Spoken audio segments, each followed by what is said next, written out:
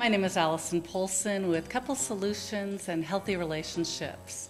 And the topic today is how to retain your own individuality and not become a doormat. This is not about how to play a game or how to manipulate other people. It's really how to retain your own integrity so that you can have a relationship that's based on equality and mutual respect. To be respected and to have self-respect and integrity, it's really important to always be able to be independent, to not be afraid to be alone, to not be afraid to live on your own. It's important that the other person senses that you're not afraid to be without them. Of course, it's important to spend enjoyable time together, but you don't want to drop all your own interests, your passions, and your own friends and family to be with another person. People are drawn to others who are individuals, who have their own interests, and not somebody who's willing to put everything else aside to appease or to please the other person. It might feel good to somebody's ego briefly, but it's really pretty dull and boring after a while. It's important to come together out of free choice and desire.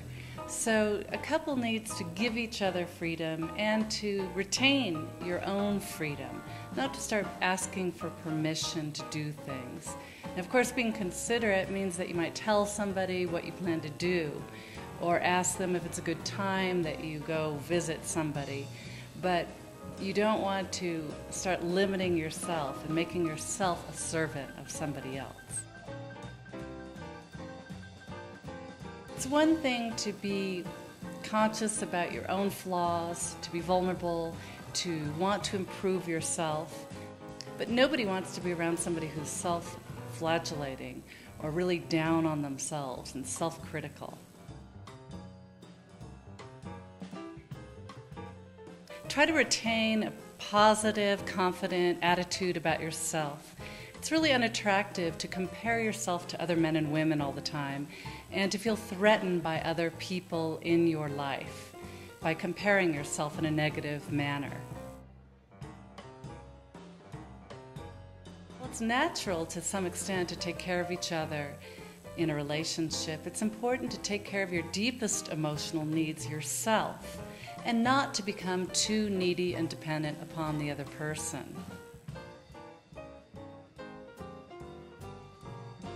Resist becoming parent-like in a relationship, or the other person will become childlike.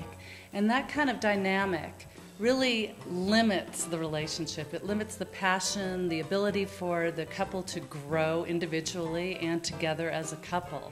If you want to retain an equal, passionate relationship, don't start mothering them or monitoring somebody else's every move and telling them what to do and giving them advice about everything. It really constricts a relationship and ends up limiting dynamism that occurs in an equal, mutually respecting relationship.